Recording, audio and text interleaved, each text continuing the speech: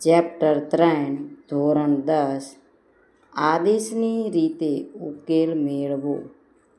આપણે આદેશની રીતે ઉકેલનો આગળ દાખલો જોઈએ. દાખલો નંબર 2 જોઈએ. સમીકરણ આપણને 2 આપ્યા. 0.2x વત્તા 0.3y બરાબર 1.3. સમીકરણ નંબર 1. બીજું સમીકરણ એવું છે કે 0.4x વત્તા 0.5y બરાબર 2.3. આ સમીકરણ નંબર 2. હવે બધામાં જ્યારે પોઈન્ટ આપ્યું હોય તો સૌથી પહેલાં આપણે આમ લખી નાખવું જોઈએ કે બંને સમીકરણને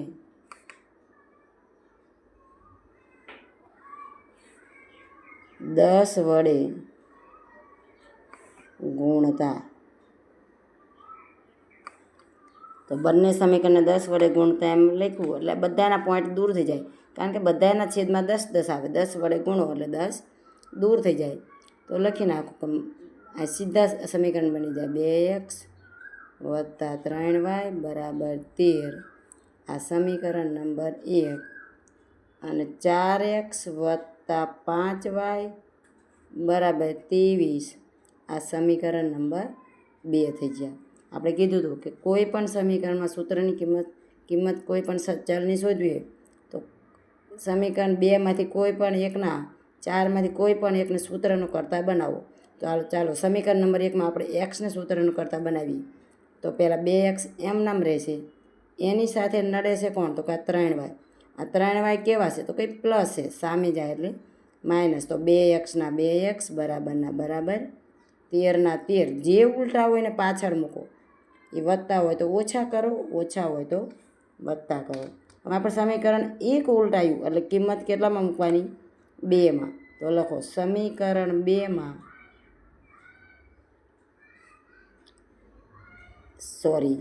જ્યાં 2 ગુણાકારમાં સામે જાય એટલે ભાગાકારમાં. તો x સાથે આ 2 નડે હજી. તો કે 13 - 3y એ ગુણાકારમાં, સામે જાય એટલે ભાગાકારમાં. અમે જો આ એક્સની કિંમત થઈ જઈ. તો કે એક્સની કિંમત એ x બરાબર 13 - 3y છેદમાં 2.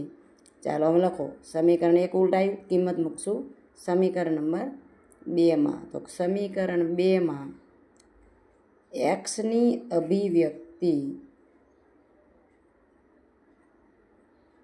મૂકતા, અહીં કિંમત પણ મૂકતા એમ લખી શકાય. ચાલો સમીકરણ જ્યાં તમને એક્સ દેખાય એ મૂકો. 13 - 3y છેદમાં 2.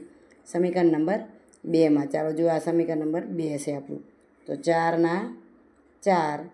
એક્સની કિંમત મૂકો તો 13 - 3y છેદમાં 2 વત્તા 5y ના 5y બરાબર 23 ના 23. અહીંયા આપણે છેદ ઉડાડશું. 2 દુ 4. અને આ જે 2 વધ્યા એને આની હારે ખોલશું. એટલે 13 દુ 26 - 3 દુ 6y વત્તા 5y ના 5y બરાબર 23 ના 23. આ 6yમાંથી 5y જાય. જો નિશાની સરખી હોય તો સરવાળો, આપણે કીધેલું હોય સરખી હોય તો સરવાળો, વિરુદ્ધ હોય તો બાદ બાકી. તો 6yમાંથી 5y જાય એટલે -1y. આગળ 1 લખવાની જરૂર નથી. બરાબરના બરાબર 23 ના 23. આ 26 રહે એ પ્લસ છે, સામે જાય એટલે માઇનસ y બરાબર 26માંથી 23 જાય એટલે -3. ઓછે ઓછે વત્તા આ yની કિંમત મળી જાય. ચાલો હવે કોઈ પણ એકમાં સમીકરણ 1 અથવા 2માં yની કિંમત 3 મૂકો એટલે આપણને મળે x. ચાલો લખો સમીકરણ 1માં y બરાબર 3 મૂકતા. જ્યાં મૂકો સમીકરણ 1, જ્યાં 2x ના 2x વત્તાના વત્તા. અહીંયા છે આપણું સમીકરણ નંબર 1. 3 ના 3 yની જગ્યાએ મૂકો. 3 બરાબર 13 ના 13.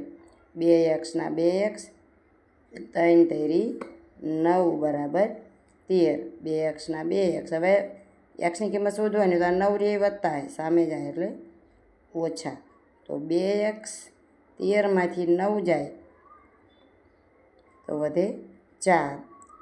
તો કે 2x બરાબર 4. 2x બરાબર